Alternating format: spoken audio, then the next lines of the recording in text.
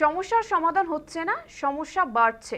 মমতা বন্দ্যোপাধ্যায় কোনো সমাধান না করে নতুন সমস্যা দিয়ে সেগুলি চাপা দেওয়ার চেষ্টা করছেন। নিয়োগ দুর্নীতি ইস্যুতে রাজ্য সরকারকে ঝাঁঝালো আক্রমণ শানালেন বিজেপি নেতা দিলীপ ঘোষ।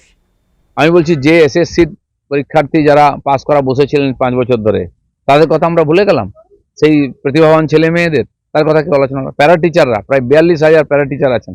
প্র্যাকটিক্যালি আজকে যারা পশ্চিমবাংলার শিক্ষা ব্যবস্থার মেরুদণ্ড, পার্মানেন্ট টিচার নাই, নেই, প্যারা টিচারে স্কুল চালান, ঘন্টি বাজান, ঝাড়ু মারেন, পরীক্ষা নেন, খাতা দেখেন, তাদেরকে ওই যে টাকা ওইটাতে আটকে রাখা হয়। তারা বছর বছর আন্দোলন করছেন, তার কথা কেউ বলছে না। পার্ট টাইমরা, এই ধরনের বহু সমস্যা, প্রাইমারির তাদের সমস্যা ভুলে গেছি।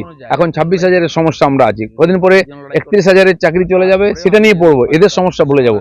তো সমস্যার সমাধান হচ্ছে না, সমস্যা বাড়ছে আর সমস্যা পাহাড় জমে যাচ্ছে। মমতা ব্যানার্জি কোনো সমস্যা তৈরি না করে নতুন সমস্যা দিয়ে সেগুলো চাপা দেওয়ার চেষ্টা করছেন, কিন্তু পাবলিক মিডিয়া বা আমরা যেন ভুলে না যাই এই সমস্যাটা পশ্চিমবাংলার সমস্যা।